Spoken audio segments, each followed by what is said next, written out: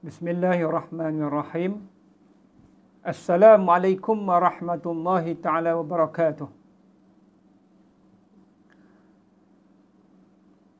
Alhamdulillahi rabbil alamin. Wassalatu wassalamu ala ashrafil anbiya wal mursalin wa ala alihi wa sahbihi ajma'in. Rabbi shrah li sadri wa yassir li amri wahlul 'uqdatam min lisani yafqahu qawli. Raditu billahi rabban bi islami dina wa bi Muhammadin nabiyyan wa rasula.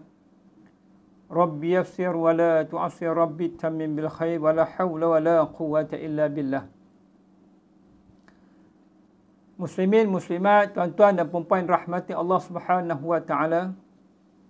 Mari sama-sama kita merafakkan kesyukuran kehadrat Allah Subhanahu wa taala kerana limpah dan kurnianya sekali lagi kita dapat bertemu pada malam ini. Mudah-mudahan kita mengharapkan apa yang kita lakukan ini merupakan suatu amal ibadah kepada Allah Subhanahu wa taala dan akan diganjarkan dengan suatu ganjaran hebat di sisi Allah Subhanahu wa taala. Dan alhamdulillah kita juga pada malam ini menyambut satu Muharram. Dan saya pasti dan yakin tuan-tuan, puan-puan, muslimin dan muslimat yang rahmati Allah Subhanahu wa taala bersama dengan ahli keluarga sebentar tadi telah membaca doa akhir tahun sebelum maghrib tadi, dan selepas solat maghrib tadi telah membaca doa awal tahun. Alhamdulillah. Mudah-mudahan apa yang kita lakukan itu diterima oleh Allah Subhanahu wa taala, didengari oleh Allah Subhanahu wa taala, dan Allah Subhanahu wa taala memberkati dan merahmati kehidupan kita semua insya-Allah. Muslimin muslimat, tuan-tuan dan puan-puan rahmati Allah Subhanahu wa taala. Pada malam ini kita nak sambung lagi tentang kitab Fiqhus Sirah karangan Syekh Al-Syahid Dr. Ramadan Al-Buti. Dan kita pada malam ini nak masuk kepada tajuk yang baharu, iaitu tentang penerimaan wahyu. Penerimaan wahyu.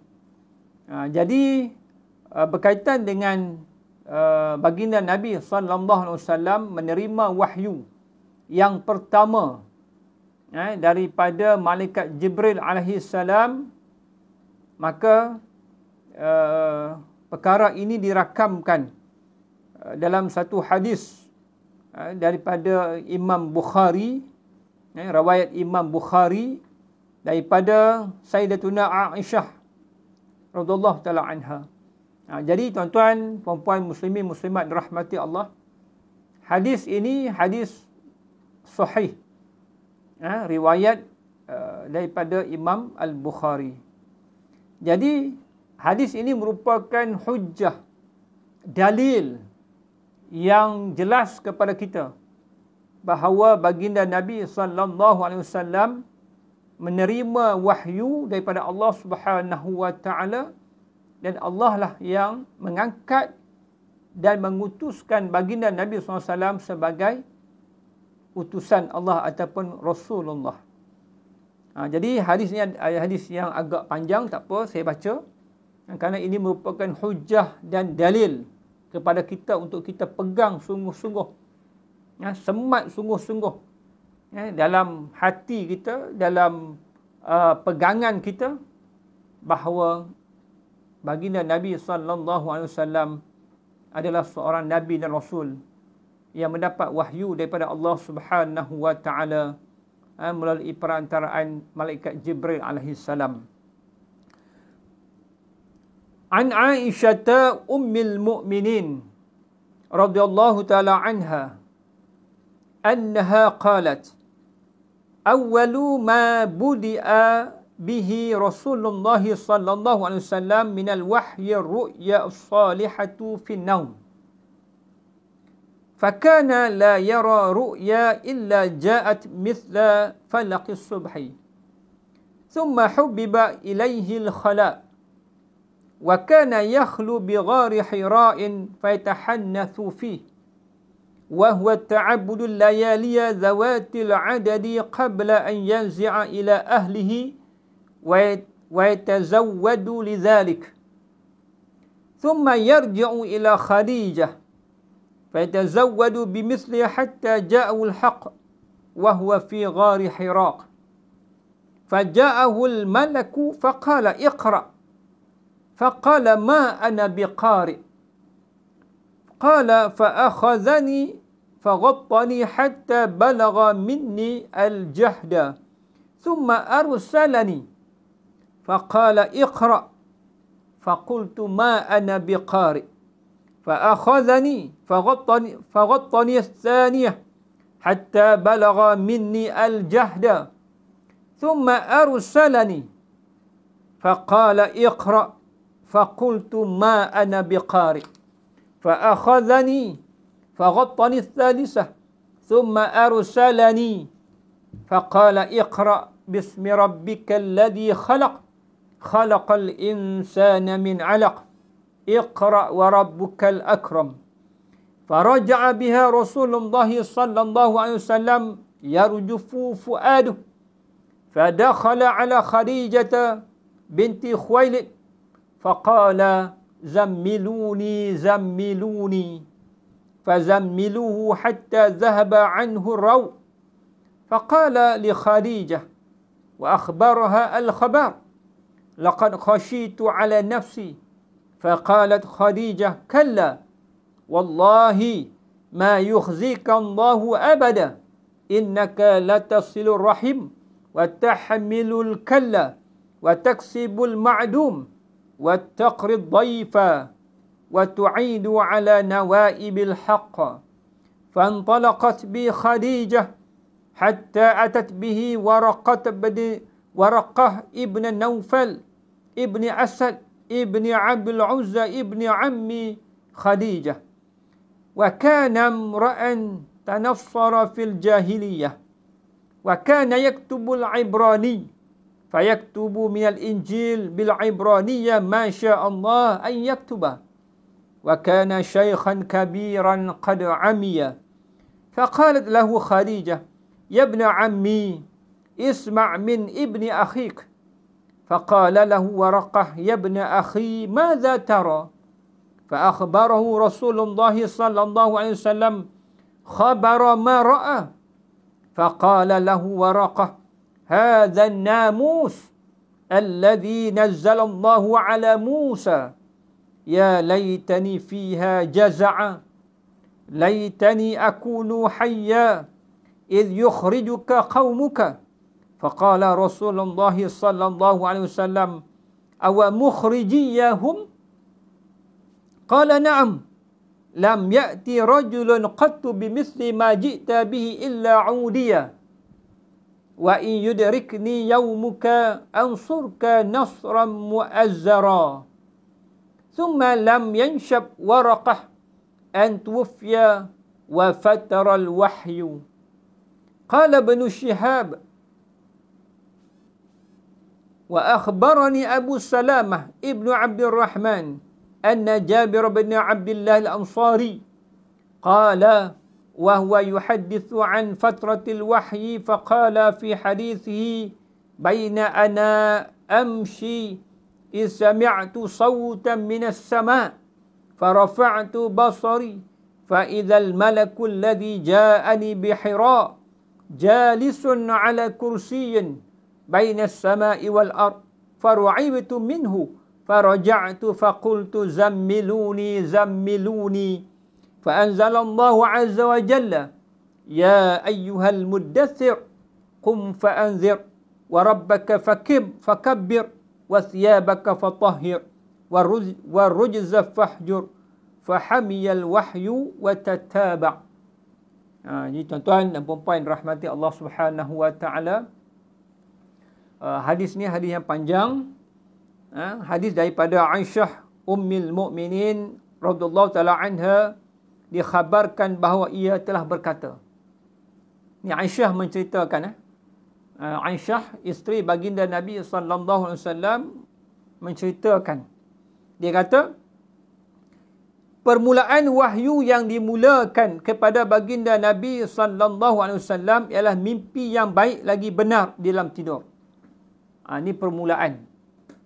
Permulaan sebelum Allah Subhanahu wa taala menurunkan wahyu kepada baginda Nabi sallallahu alaihi wasallam, maka Allah bagi dulu mimpi kepada mereka yang hendak dilantik sebagai Rasulullah.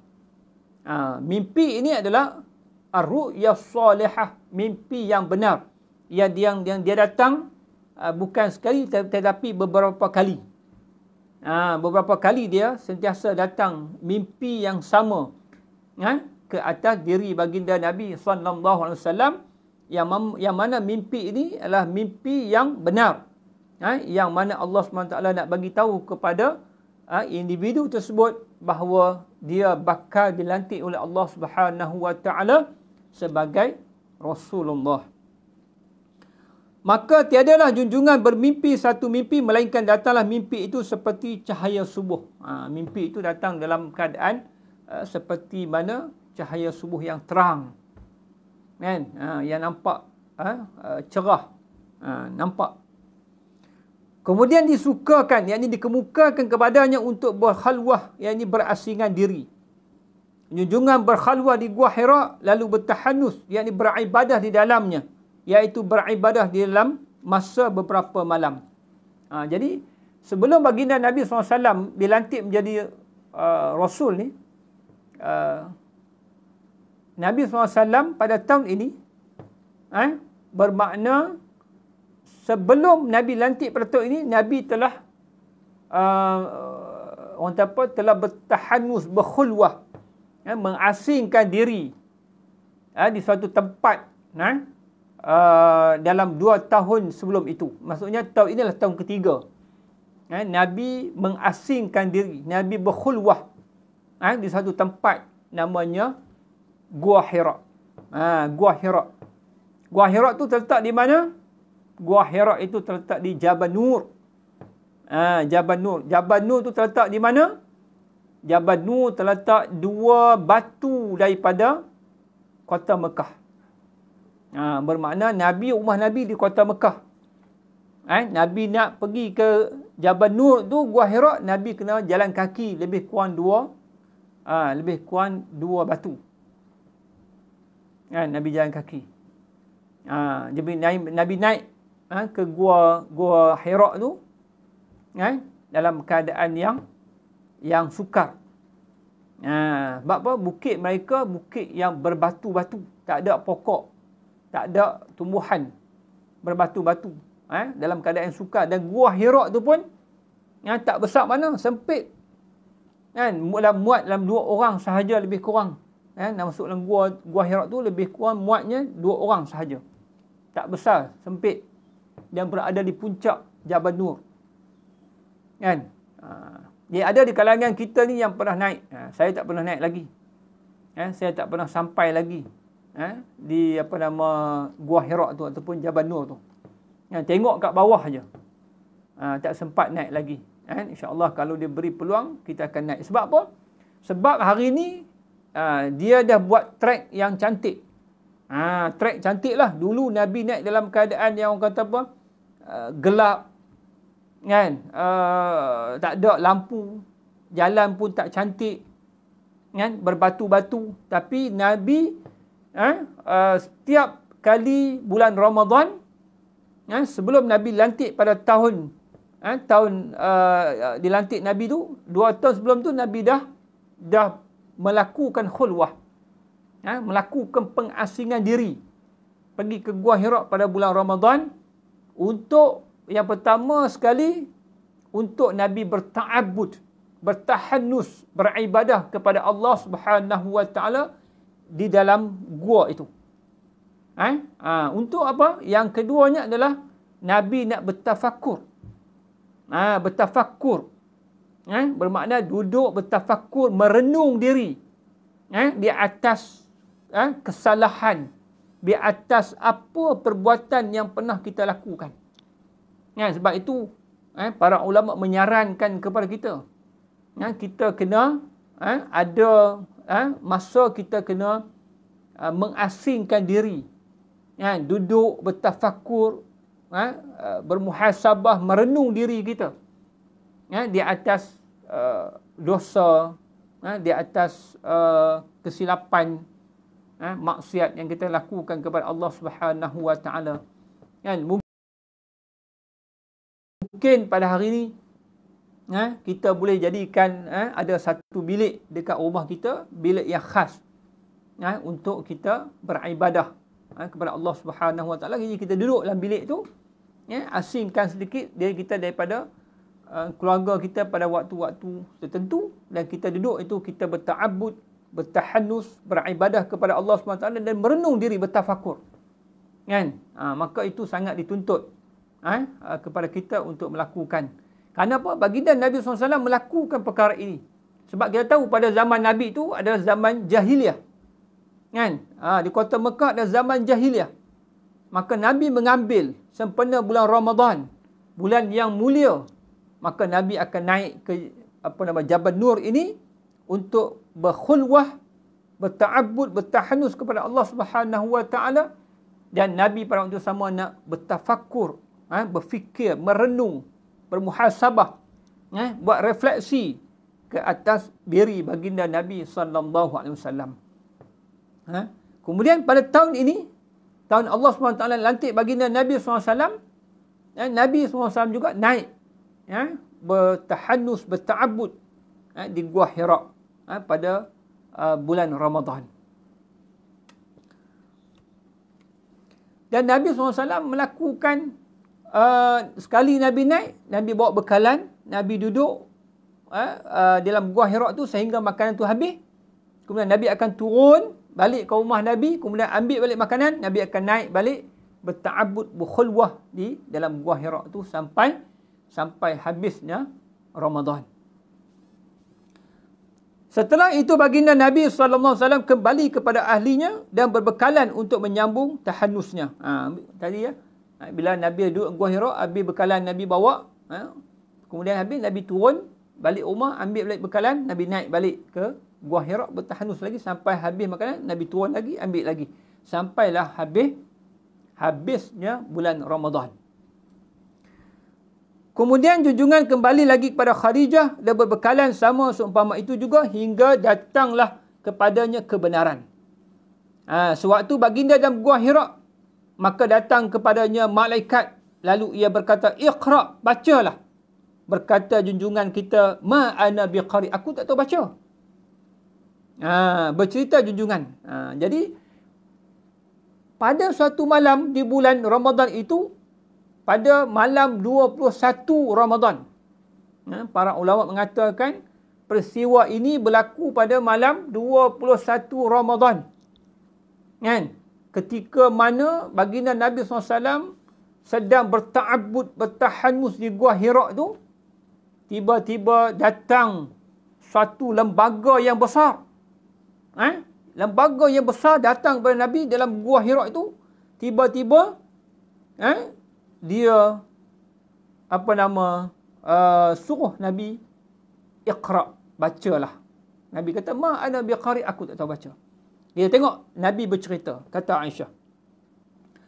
Kemudian Jibril mengambil, yakni menarik akan daku, maka dipeluknya kuat-kuat hingga terasa kepadaku kesungguhannya. Nabi cerita, Nabi kata, satu makhluk yang besar yang Nabi tak kenal. Nabi tak kenal makhluk ni. Makhluk yang besar datang kepada dia, Nabi kata, kemudian tarik dia, peluk Nabi kuat-kuat. Bukan peluk biasa-biasa, peluk kuat ni. Peluk kuat-kuat. Sehingga Nabi sendiri macam nak sesak nafas. Kemudian dia kata apa? Dia kata kepada aku, "Iqra, bacalah." Kemudian Nabi kata, "Ma ana biqari, aku tak tahu baca." Nabi kata, "Ma ana biqari, aku tak tahu baca." Kemudian diambilnya aku, lalu dipeluknya ketat-ketat kali yang kedua pula. Kemudian bila Nabi cakap tu, Nabi dia lepas. Kemudian Nabi kata, "Ma ana biqari, aku tak tahu baca." Kemudian dia tarik lagi, peluk lagi kuat-kuat. "Iqra," dia kata, "bacalah."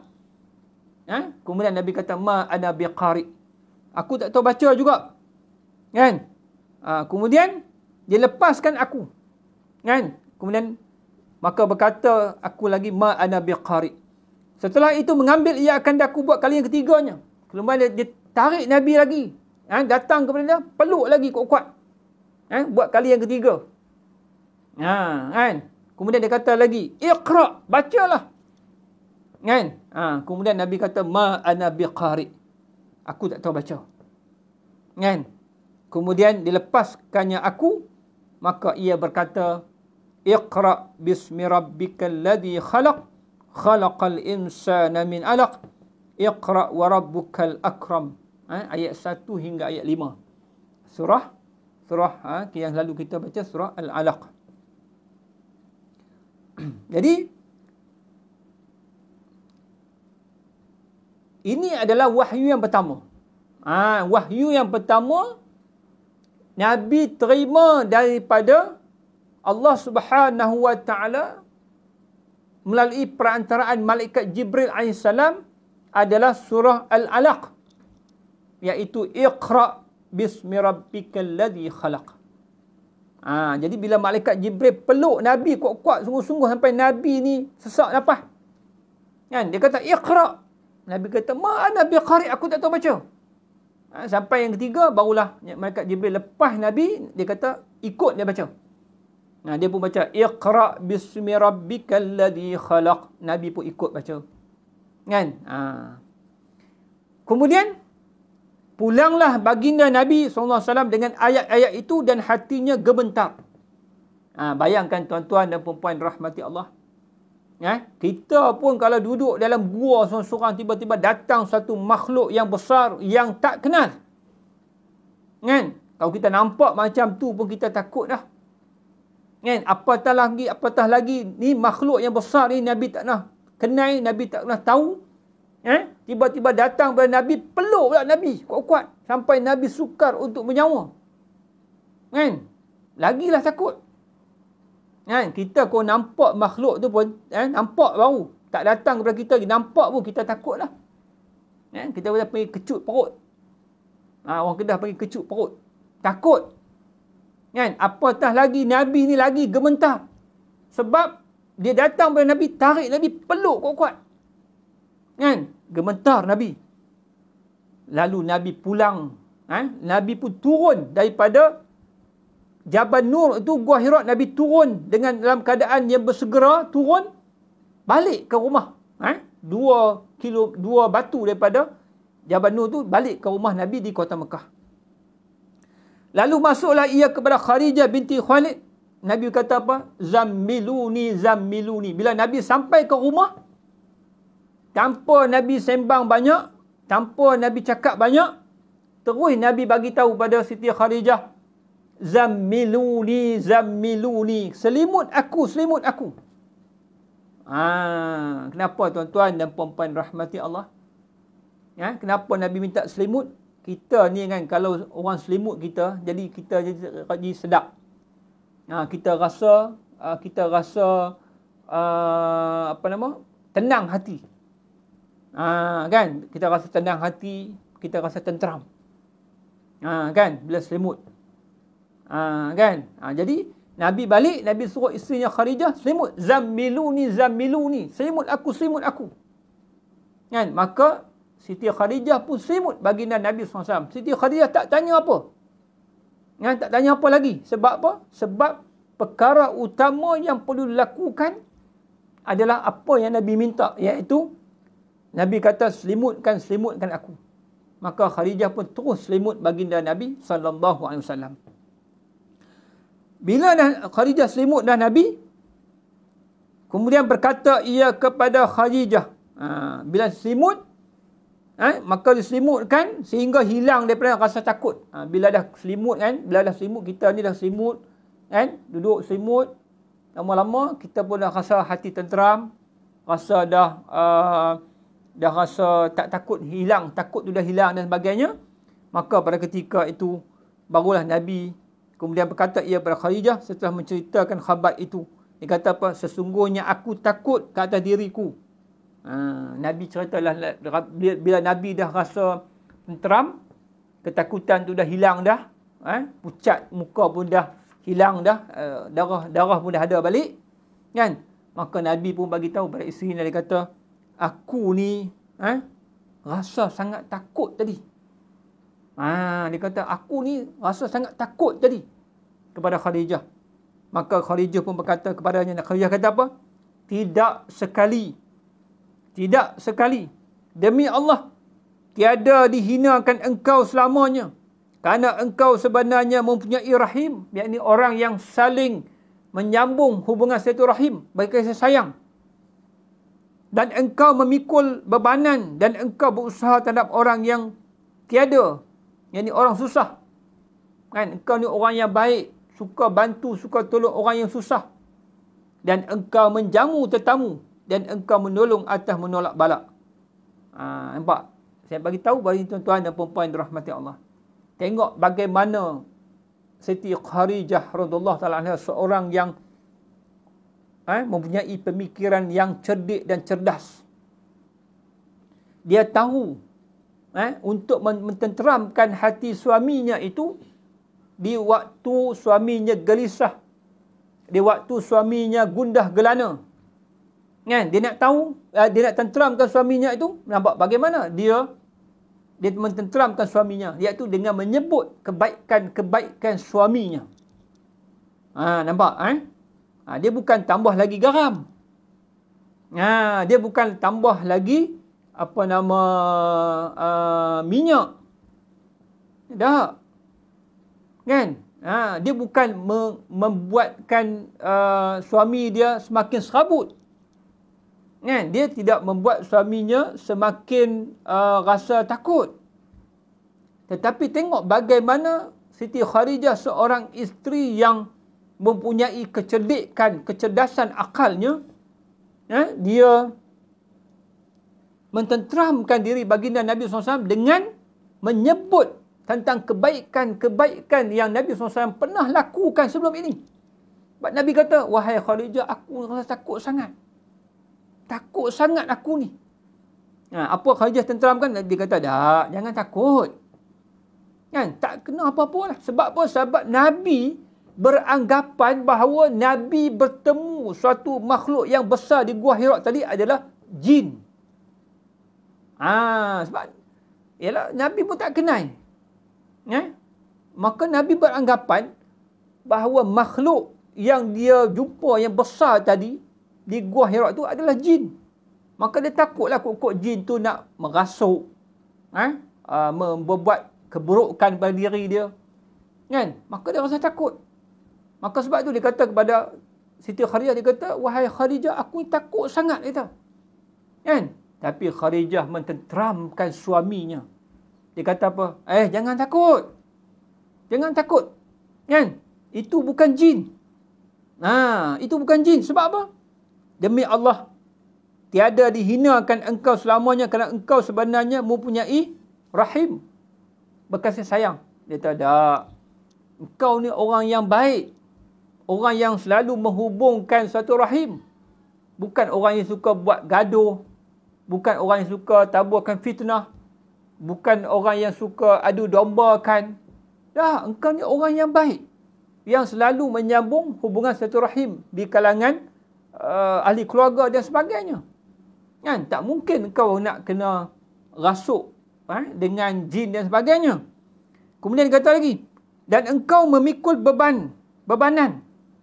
Kan? Dan engkau berusaha terhadap orang yang susah.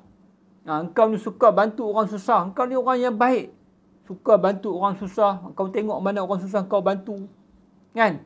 Engkau derma, engkau infak harta engkau fi sabilillah. Kan? Banyak bantu. Jadi tak mungkin benda-benda jahat ni nak kacau engkau. Kan? Kemudian engkau suka menjamu tetamu. Kalau tetamu datang, engkau sangat meraihkan tetamu. Kan? Mustahil. Yang nak ganggu engkau tadi adalah jin. Kan? Jin mustahil. Nampak bagaimana Siti Khadijah dia nak mententeramkan suaminya yang pada ketika itu berada dalam keadaan yang keluh kesah, berada dalam keadaan gelisah, rasa takut, gemetar dan sebagainya. Maka dia mententeramkan diri suaminya itu dengan menyebut kebaikan-kebaikan yang pernah dilakukan oleh suaminya. Nampak? Dia lain tak sama dengan isteri kita kadang-kadang. Kan? Isteri kita kadang-kadang bila balik keadaan macam tu, suami dia tambah garam lagi. Dia marah pula. Dia kata, pergi lagi abang. Pergi lagi duduk dalam gua tu. Duduk kat rumah elok-elok. Kan? Pergi lagi duduk dalam gua tu. Nak duduk gua seorang-seorang. Dah kena rasuk dengan hantu. Kena rasuk dengan jin. Padan muka. Ini kalau isteri kita. Kan? Dia bukan nak tenteramkan suami dia yang keluh kesah, rasa gemetar tadi sebagainya, tapi dia pergi tambah garam. Tambah lagi orang minyak, nak bagi menyala lagi, bakar lagi. Ada. Tapi Khadijah dia tak buat macam tu. Sebab dia seorang isteri yang cerdik dan cerdas akal fikiran dia. Maka dia mententeramkan suaminya itu dengan menyebut tentang kebaikan-kebaikan. Maka sebab itu tuan-tuan dan puan-puan rahmati Allah, bila kita nak mententeramkan orang yang berada dalam keadaan gelisah, takut, gemetar, apa sahaja, kita sebutlah tentang kebaikan-kebaikan yang pernah dilakukan kepada orang ramai. Sebut kebaikan dia. InsyaAllah seseorang itu yang gelisah tadi dia akan tenteram.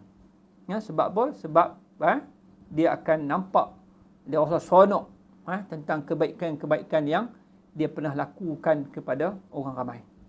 Inilah yang dilakukan oleh Khadijah. Itu yang pertama.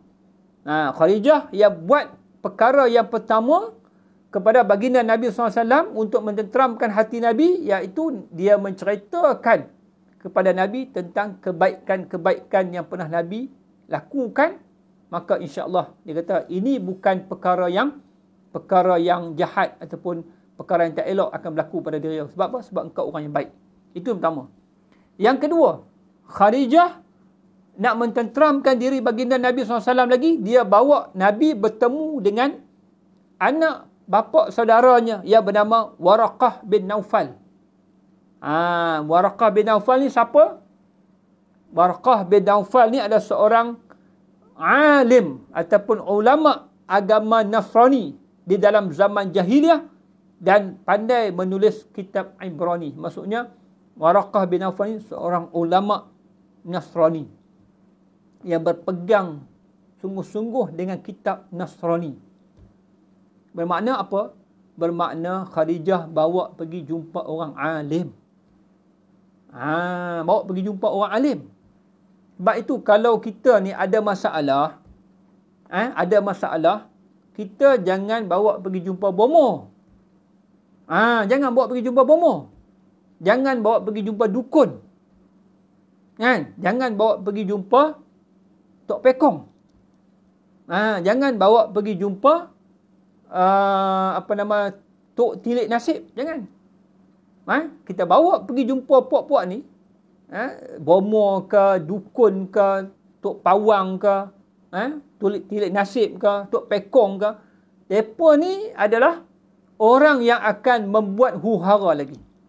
Mereka ni akan menambah lagi kesusahan, kegelisahan di dalam hati kita dan sebagainya. Sebab itu Khadijah radhiyallahu anha, dia seorang perempuan yang cerdik, seorang yang cerdas akal fikirannya. Dia tak bawa pergi jumpa tok bomoh. Dia tak bawa pergi jumpa dukun pada waktu tu. Tetapi dia bawa pergi jumpa orang alim. Sebab itu kalau kita ni ada masalah, ada masalah terutamanya yang berkaitan dengan makhluk halus ke, berkaitan dengan spiritual, kerohanian, dalaman sebagainya, kita bawa anak kita ke orang yang ada masalah tadi pergi jumpa orang alim. Orang alim insya-Allah dia dapat menyelesaikan kekusutan yang terjadi dalam diri kita atau keluarga kita. Bawa jumpa orang alim. Ataupun bawa jumpa orang yang mengamalkan ruqyah. Mengamalkan ayat-ayat Al-Quran. Mengamalkan jampi-jampi menggunakan ayat Al-Quran. kan, ataupun hadis baginda Nabi sallallahu alaihi wasallam. Sebab itu Khadijah radhiyallahu anha dia bawa pergi jumpa orang alim. Siapa orang alim pada zaman itu? Namanya Waraqah bin Naufal. Seorang yang alim dalam agama Nasrani. Maka dia kata apa? Maka disalinnya daripada kitab Injil itu dengan bahasa Ibrani. Apa yang dikehendaki Allah, bahawa ia menulis dan adalah ia seorang yang telah berusia tua dan buta.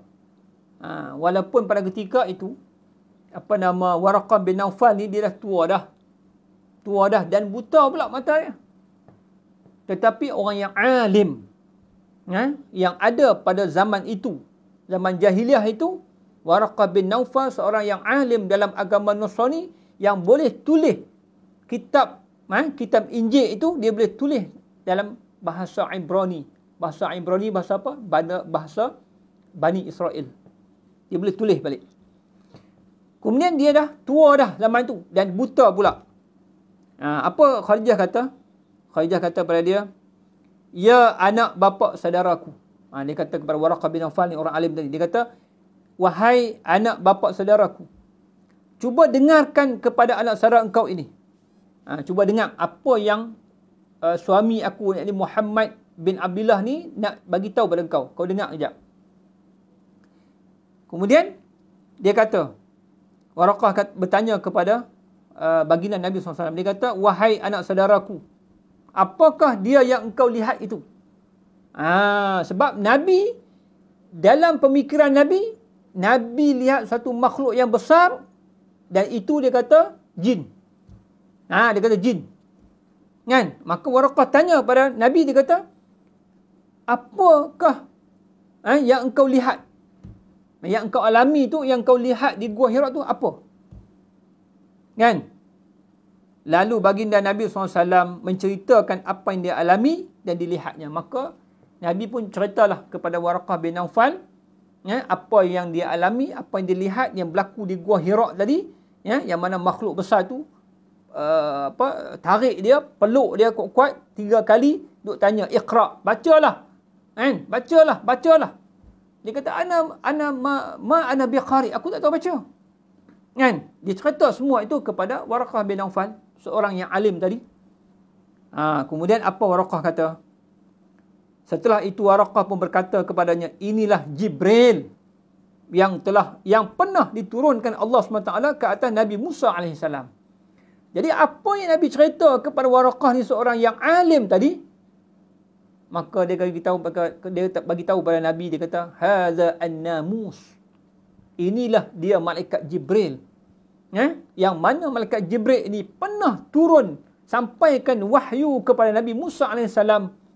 Seumpama beginilah yang dia bertemu dengan Nabi Musa AS. Bermakna ini adalah malaikat Jibril. Bukan jin. Bukan hantu. Nampak orang alim. Orang alim dalam agama. Dia dapat menyelesaikan masalah yang berlaku di dalam kehidupan seseorang itu. Dengan memberi ilmu yang benar. Tapi kalau pergi jumpa bomo tadi, ataupun jumpa Tok Pawang ke, jumpa Tok Pekong ke, jumpa Tok Dukun ke, dia akan kata apa? Itulah pergi lagi kat gua tu. Gua tu memang tempat sunyi. Kan? Jadi tempat sunyi ni, hantu suka duduk. Jin ramai kat sana ni. Nampak ni, aku nampak ni atas belakang ni ada 4-5 ekor jin. Inilah yang berlaku. Bila pergi jumpa kepada orang yang tak betul. Pergi jumpa Tok Bomo, pergi jumpa Tok Dukun, Tok Pawang. Akhirnya dia kata apa? Jin ni telah rasuk dalam diri hang ni. Aku nampak 4-5 ekor. Dah masuk dalam diri hang, jadi kita kena buang. Dia nak buang ni makan masa, dia kata. Bukan sehari dua, mungkin berbulan-bulan. Tapi sekali datang kena bayar 300-400, 200-300 kali datang. Nampak? Ini akan berlaku. Penipuan demi penipuan yang berlaku. Tak dapat menyelesaikan masalah. Tetapi Khadijah menunjuk ajar kepada kita. bahawa bila ada masalah yang berkaitan dengan spiritual, kerohanian, dalaman, jiwa dan sebagainya, pergilah bertemu dengan orang yang betul, yang benar, orang yang pakar, iaitu para alim ulama. InsyaAllah mereka dapat menyelesaikan. Kemudian bila Waraqah bin Nawfal bagi tahu kepada Nabi, dia kata, apa makhluk yang datang kepada engkau tadi adalah an-namus, iaitu malaikat Jibril alaihissalam, seperti mana dia pernah datang kepada Nabi Musa alaihissalam dulu. Bila dia bagi tahu macam tu, dia kata apa? Dia kata, Waraqah dia kata, sekiranya aku masih muda, remaja, dan aku masih pula hidup ketika dikeluarkan, yakni diusir engkau oleh kaum engkau. Kan? Dia kata kepada Nabi, dia kata, wahai Muhammad, kalaulah aku ni masih muda, remaja lagi, dan pada ketika itu engkau akan diusir oleh kaum engkau, maka aku akan beriman kepada engkau dan aku akan menolong engkau. Bila dia sebut kata, suatu hari nanti engkau akan diusir oleh kaum engkau sendiri, Nabi pun terkejut. Nabi terkejut. Nabi pun tanya kepada dia. Nabi segera bertanya kepada Waraqah. Dia kata apa? Nabi kata apa? Apakah mereka hendak mengeluarkan aku? Sebab Nabi terkejut. Sebab Nabi orang baik. Nabi orang yang baik, tak pernah bergaduh dengan orang, tak pernah menipu orang. Kan? Nabi orang yang selalu menyambung silaturahim, bantu orang susah, selalu ra'i tetamu, kan? Dan sebagainya. Nabi orang yang baik. Tapi Waraqah kata suatu hari nanti, bila engkau dilantik menjadi Rasul, suatu hari nanti engkau akan diusir, dihalau oleh kaum engkau sendiri daripada kampung halaman kau. Nabi pun terkejut. Nabi pun tanya kepada dia, kan, apakah mereka hendak mengeluarkan aku? Maka jawab Waraqah, ya, kerana tidak pernah datang seorang pun yang membawa risalah seumpama yang engkau bawa ini, melainkan ia akan dimusuhi. Nampak tuan-tuan dan puan-puan rahmati Allah. Waraqah bin Nawfal beritahu kepada Nabi, dia ni dah hidup lama, dia orang dah tua, hidup lama, dia tengok dah para anbiya, para nabi yang membawa risalah Allah Subhanahu wa taala, nescaya mereka akan ditentang, mereka akan dimusuhi oleh kaum mereka sendiri. Inilah yang berlaku kepada nabi-nabi terdahulu. Kan? Seperti Nabi Musa, Nabi Isa. Kan? Mereka bila bawa risalah Allah Subhanahu wa taala, mengajak manusia beriman kepada Allah dan Rasul, nescaya kaumnya itu akan bangkit menentang, akan bermusuh, akan berlawan dengan nabi tadi. Bermakna apa? Bermakna perjuangan untuk menyebarkan agama Allah SWT bukan suatu perjuangan yang mudah-mudah, bukan. Dia memerlukan kesanggupan, kesungguhan, memerlukan pengorbanan, harta benda, jiwa raga, untuk menyebarkan agama Allah SWT di atas muka bumi ini. Bukan senang. Sebab itu Waraqah bin Nawfal bagi tahu pada Nabi awal-awal lagi, bahawa bila engkau menerima wahyu Allah Subhanahu wa taala, tunggu suatu hari nanti kaum engkau akan halau engkau, akan usir engkau keluar daripada kampung halaman engkau sendiri. Sebab apa? Sebab ini merupakan sunnatullah, lumrah kepada para anbiya yang mereka membawa risalah Allah Subhanahu wa taala, nescaya mereka akan diusir, dimusuhi oleh kaum mereka sendiri. Kemudian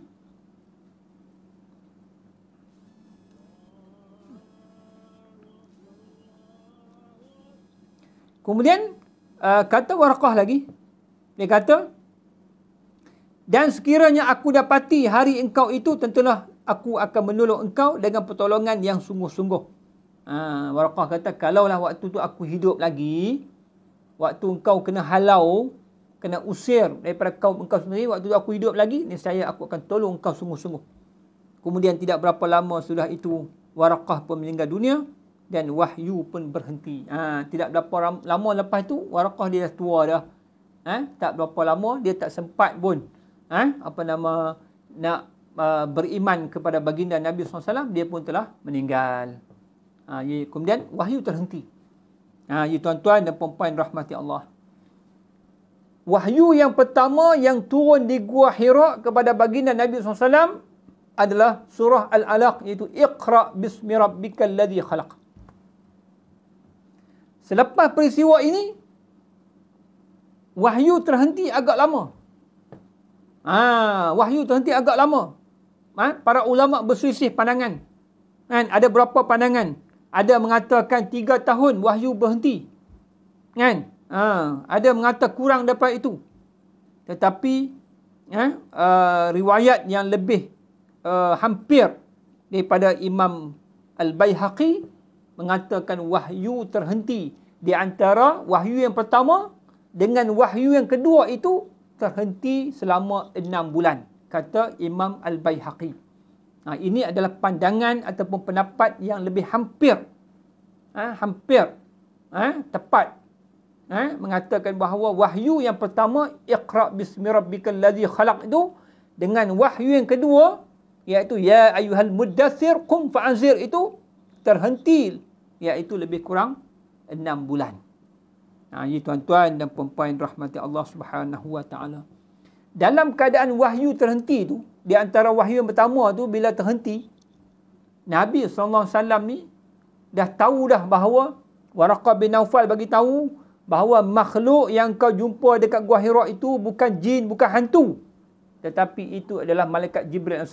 Bermakna apa?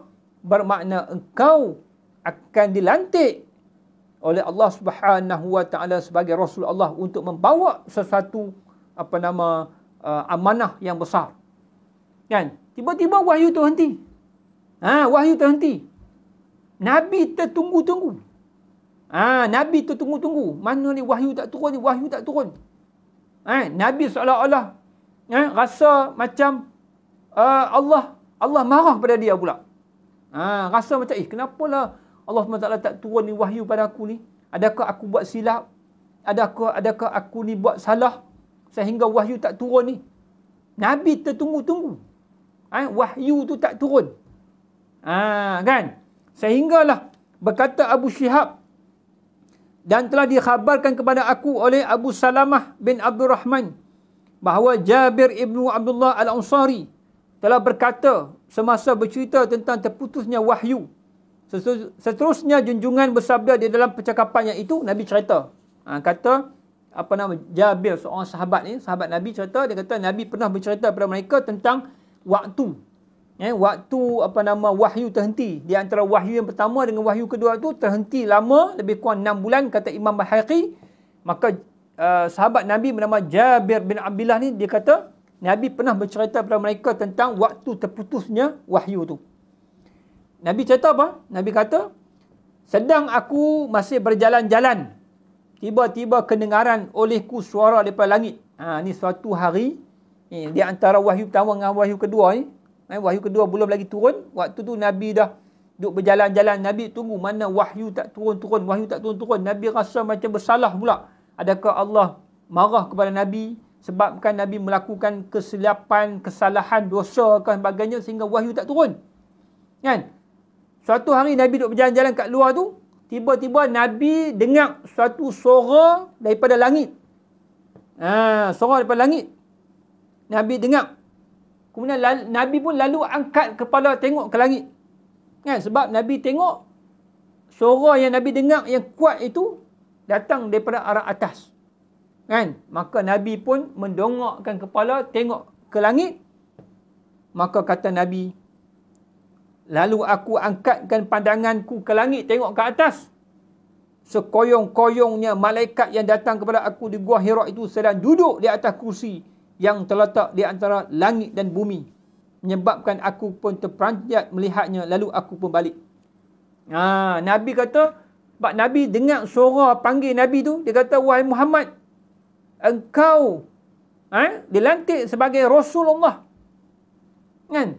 Dan dia dengar suara itu datang daripada arah atas, arah langit. Maka Nabi pun mendongak tengok ke arah langit. Apa yang Nabi nampak? Nabi nampak satu makhluk yang besar yang dia pernah jumpa dalam Gua Hira tempoh hari, makhluk itu sangat besar. Dia sedang duduk di atas kursi di antara langit dan bumi. Masya Allah, tuan-tuan dan puan-puan rahmati Allah. Besarnya malaikat Jibril alaihissalam. Nabi tengok malaikat Jibril pratika itu sedang duduk di atas kursi di antara langit dan bumi. Menyebabkan Nabi terkejut lagi. Nabi terkejut. Kan? Sehingga Nabi lari balik ke rumah. Balik ke rumah. Sampai ke rumah, Nabi kata lagi kepada Khadijah, dia kata apa? Zammiluni, zammiluni. Selimutkanlah aku, selimutkanlah aku. Kan? Maka pada ketika itulah Allah turunkan wahyu yang kedua. Wahyu yang pertama tadi, Iqra' bismi rabbikal ladzi khalaq. Dengan wahyu yang kedua, iaitu ya ayyuhal muddaththir qum fa'anzir. Terhenti wahyu itu lebih kurang 6 bulan, kata Imam Al-Baihaqi. Maka bila Nabi balik, balik tadi takut tengok malaikat Jibril yang asal, bentuk yang asal. Duduk di atas kursi di antara langit dan bumi, besarnya malaikat Jibril tadi. Maka Nabi balik ke rumah dalam keadaan takut, gemetar lagi. Nabi kata kepada Siti Khadijah, zammiluni, zammiluni. Selimutkan aku, selimutkan aku. Maka pada ketika itulah wahyu yang kedua turun kepada baginda Nabi SAW, iaitu surah Al-Muddathir. Surah Al-Muddathir ayat 1 hingga 5, yang mana Allah SWT kata apa? Ya ayyuhal muddathir, wahai orang yang berselimut. Qum fa'anzir, bangun dan berilah peringatan. Kan? Allah kata apa? Wahai orang yang berselimut, bangunlah, maka berikanlah peringatan, dan Tuhan engkau hendaklah engkau agungkan, dan pakaian engkau bersihkanlah, dan perbuatan dosa tinggalkanlah. Jadi ayat 1 hingga 5 surah Al-Muddathir ini adalah wahyu yang kedua. Selepas wahyu yang pertama turun di Gua Hira, Iqra' bismi rabbikal ladzi khalaq. Kemudian wahyu yang kedua adalah ya ayyuhal muddaththir qum fa'anzir, ayat 1 hingga 5. Di antara wahyu pertama dengan wahyu yang kedua itu terhenti selama 6 bulan. Selepas itu barulah, selepas wahyu yang kedua itu barulah wahyu akan tatabu'. Wahyu sentiasa turun mengikut peristiwa yang berlaku ke atas diri baginda Nabi sallallahu alaihi wasallam. Ya tuan-tuan dan puan-puan muslimin muslimat yang dirahmati Allah Subhanahu wa taala. Inilah hadis datang daripada Aisyah radhiyallahu taala anha, menceritakan kepada kita dengan panjang lebar bagaimana hadis tentang baginda Nabi sallallahu alaihi wasallam menerima wahyu daripada Allah Subhanahu wa taala. Jadi ini adalah hujah dan dalil kita yang jelas, yang kita wajib beriman bahawa baginda Nabi SAW menerima wahyu daripada Allah Subhanahu wa taala, bukan daripada diri dia. Sebab itu kata Allah Subhanahu wa taala dalam Al-Quran, wa ma yantiqu 'anil hawa wa ma yantiqu 'anil hawa in huwa illa wahyu yuha. Apa yang dan tidaklah diucapkan oleh Muhammad tu daripada hawa nafsu dia, kecuali apa yang diwahyukan oleh Allah SWT kepada dia. Jadi tuan-tuan dan puan-puan rahmati Allah SWT, sebab itu kita kena menolak semua fitnah da'iyah yang datang daripada musuh-musuh Islam, terutamanya orang talis barat, puak-puak Yahudi, Nasrani dan sebagainya, yang mana mereka itu cuba mengelirukan pemikiran umat Islam. Kononnya mereka mengatakan bahawa Muhammad ini dia mencipta agama ini daripada hawa nafsu dia. Mereka mengatakan bahawa Muhammad ini merenung, membuat analisis di atas agama-agama Nasrani, Yahudi dan sebagainya, dan dia membina suatu agama yang baru mengikut kepandaian, kecerdikan dia. Ini yang dilakukan oleh musuh-musuh Islam. Mereka cuba untuk mengelirukan pemikiran umat Islam. Kononnya Muhammad itu bukan menerima wahyu daripada Allah Subhanahu wa taala, tetapi mereka cipta sendiri agama ini untuk kepentingan dirinya sendiri. Ini peranan musuh-musuh Islam untuk mengelirukan umat Islam. Jadi tuan-tuan dan puan-puan rahmati Allah, kalau kita tidak mempelajari akan sirah baginda Nabi sallallahu alaihi wasallam, kita tak baca tentang bagaimana Nabi SAW menerima wahyu yang pertama daripada Allah Subhanahu Wa Taala melalui perantaraan malaikat Jibril AS. Niscaya ada di sana manusia-manusia yang akan mempercayai da'iyah dan juga fitnah, dusta, yang dimainkan oleh musuh-musuh Islam, dan akhirnya dia terpengaruh. Ini bahaya tuan-tuan dan puan-puan rahmati Allah. Sebab itu kita kena sentiasa mempelajari, membaca, menghayati sirah baginda Nabi sallallahu alaihi wasallam supaya kita tahu dengan jelas dan kita boleh berpegang dengan hujah dan dalil yang kuat dalam diri kita, bahawa apa sahaja da'iyah dan juga fitnah yang datang kepada kita, kita tahu menilai adakah ini benar ataupun adakah ini batil. Maka kalau yang benar kita ambil, yang batil kita tolak. Ini perlunya tuan-tuan dan puan-puan rahmati Allah Subhanahu Wa Taala. Jadi hadis yang panjang ini yang diceritakan oleh Aisyah radhiyallahu taala anha ini menjadi dalil yang kukuh kepada kita untuk kita pegang sungguh-sungguh, semat dalam diri kita, dalam diri keluarga kita, anak-anak kita, bahawa baginda Nabi sallallahu alaihi wasallam menerima wahyu daripada Allah Subhanahu Wa Taala. Bukan Nabi mereka cipta sendiri agama itu seperti agama-agama yang lain. Tetapi Nabi menerima wahyu daripada Allah Subhanahu Wa Taala melalui perantaraan malaikat Jibril AS. Di mana? Di Gua Hira, di Jabal Nur.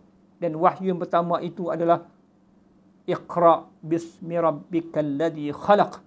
Dan selepas itu tengok wahyu terputus selama 6 bulan, terputus selama 6 bulan. Ada hikmah dia. Bukan sengaja saya saja. Allah putuskan, tangguhkan penurunan wahyu yang kedua itu selama 6 bulan itu bukan saya saja, tetapi ada hikmah ilahi dia. Supaya apa?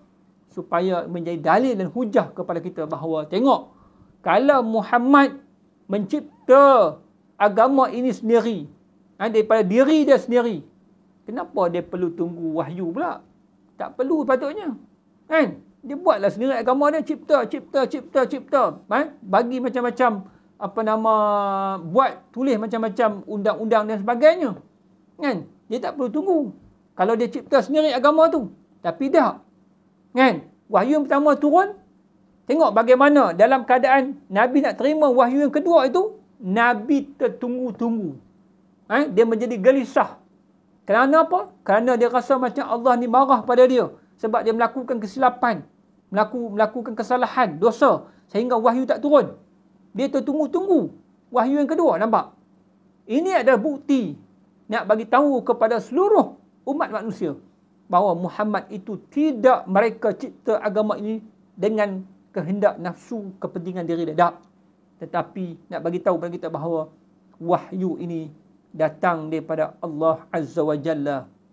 Allah yang telah menurunkan wahyu ini kepada baginda Nabi SAW dan secara langsung mengangkat dan melantik baginda Nabi SAW sebagai Rasulullah, utusan Allah Subhanahu Wa Taala untuk disampaikan kepada seluruh umat manusia. Ini tuan-tuan dan puan-puan rahmati Allah. Itulah sikit banyak yang boleh kita bincangkan pada malam ini tentang penurunan wahyu kepada baginda Nabi sallallahu alaihi wasallam, dan kita dah mengetahui tentang kisah bagaimana wahyu itu berlaku, dan kisah-kisah ini memberi kepada kita keyakinan yang kukuh tentang agama yang dibawa oleh baginda Nabi SAW ini bukan agama yang direka cipta oleh individu-individu tersebut untuk kepentingan diri dia sendiri ataupun mengikut hawa nafsu dan sebagainya. Tak. Tetapi agama yang dibawa oleh baginda Nabi SAW adalah agama yang datang daripada Allah Subhanahu Wa Taala. Maka jelas kepada kita dengan bukti yang kukuh, hujah yang jelas tadi, Maka inilah pegangan agama kita, yang kita pegang, yang kita beriman pada hari ini. Mudah-mudahan dengan pegangan akidah yang mantap dalam diri kita ini, dia mengukuhkan kehidupan kita dengan beriman kepada Allah dan Rasul dengan sebenar-benarnya. Mudah-mudahan dengan keimanan yang kita imani tadi, boleh membawa kita ke syurga Allah Subhanahu Wa Taala. Jadi tuan-tuan dan puan-puan rahmati Allah, mudah-mudahan kita dapat mengambil beberapa hikmah dan juga pengajaran yang saya sebut secara tak langsung tadi, tentang hadis yang kita bacakan tadi, dan itu adanya pengajaran dan juga hikmah-hikmah yang boleh kita kutip tentang hadis berkenaan dengan baginda Nabi SAW menerima wahyu daripada Allah Subhanahu Wa Taala. Jadi insya-Allah kita berhenti setakat ini, dan insya-Allah kita akan sambung lagi pada masa akan datang, iaitu tentang peringkat-peringkat dakwah. Jadi selepas Nabi SAW turun wahyu yang kedua, iaitu ya ayyuhal muddaththir qum fa'anzir. Kata Allah SWT, wahai orang yang berselimut. Siapa yang berselimut? Nabi tadi lah. Sebab Nabi balik dalam keadaan takut, Nabi suruh Khadijah, zammiluni, selimut aku.